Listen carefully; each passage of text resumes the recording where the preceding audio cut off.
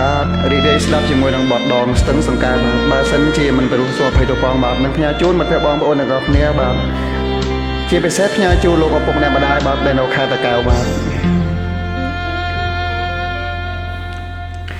ដងស្ទឹងសង្កែខែលិចផុតទៅតឈរយាមផ្លូវនៅក្បែរស្ពានថ្មស្រមោលធម្មជាតិខំរំលេចពោសូរត់ភ្លើងចអស់រួនរីត្រីទាំងដំ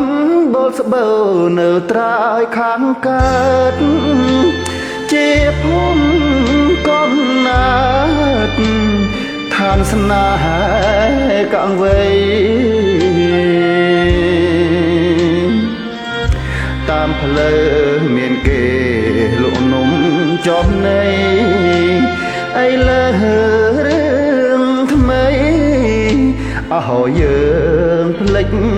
អស់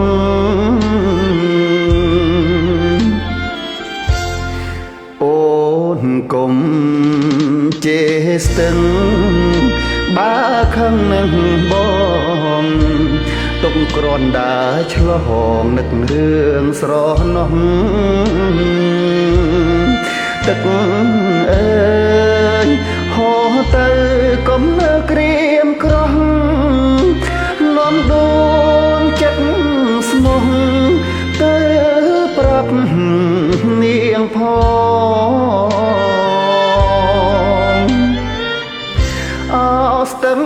សង្កែធ្លាប់តែផ្ញើចិត្តពេលយប់ងងឹតស្ទាបអងអែលខ្នងបើឈប់ស្នេហាសុំធ្វើជាបងបានជួបម្ដងញញឹមគ្មានឈប់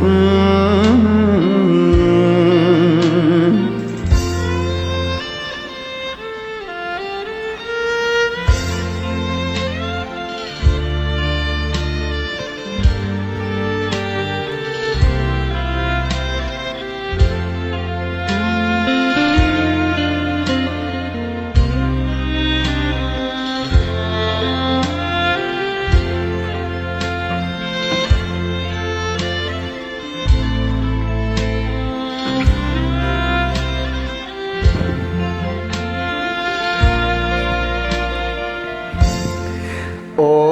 នកុំជេរស្ទឹងបើខឹងនឹងបងទុកក្រហនដើរឆ្លងនឹករឿងស្រនោះទឹកអើ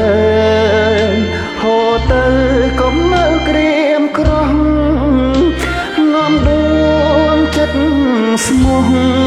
ទៅប្រាប់នាងផង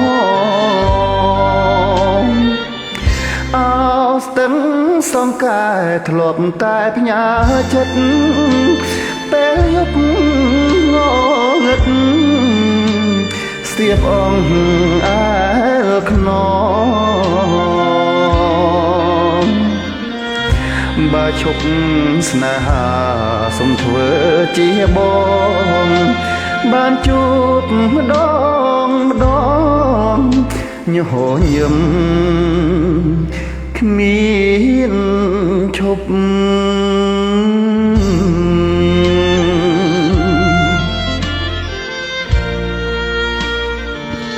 បាទបើសិនជាមិនពិរោះឬខុសឆ្គងកន្លែងណាបានសូមខន្តីអភ័យទោសផងបាទសូមអរគុណបាទជម្រាបលាបាទ